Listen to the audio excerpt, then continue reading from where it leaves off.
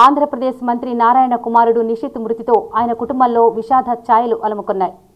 నిషిత్ తల్లి రమాదేవి కన్నీరు మున్నీరుగా విలపిస్తున్నారు. ఆమెను ఓదార్చడం ఎవరి వల్ల కావట్లేదు.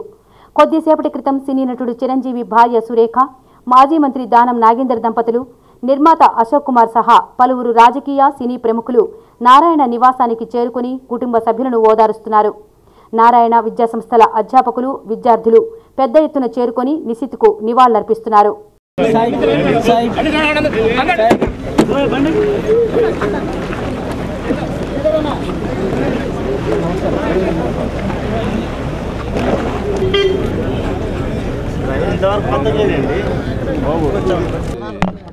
దుర్ఘటన ఈ సిచ్యువేషన్లో నారాయణ గారికి మానసిక స్థైర్యం కలిగి చేయాలని భగవంతుడు ప్రార్థిస్తున్నారు. కుటుంబ సభ్యులను సానుభూతిని తయారు నారాయణ గారి కుమారుడు నితీష్, అలాగే వాళ్ళ ఫ్రెండ్ రాజా రవిచంద్ర ఇద్దరు కూడా కారులో వస్తూ అక్కడ 36 రోడ్లో పిల్లర్కి కొట్టడం జరిగింది. ఇద్దరు కూడా స్పాట్లో చనిపోవడం జరిగింది. ఇద్దరికి కూడా ఇమీడియట్గా హాస్పిటల్ తీసుకురావడం, చనిపోయారని నిర్ధారించడం.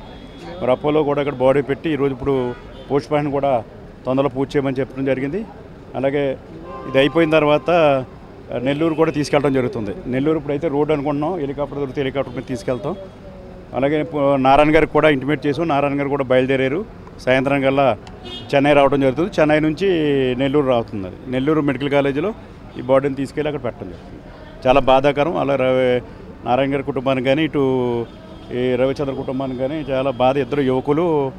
నారాయణ గారి అబ్బాయి అయితే వ్యాపారం అంతా కూడా తనే చూస్తున్నాడు.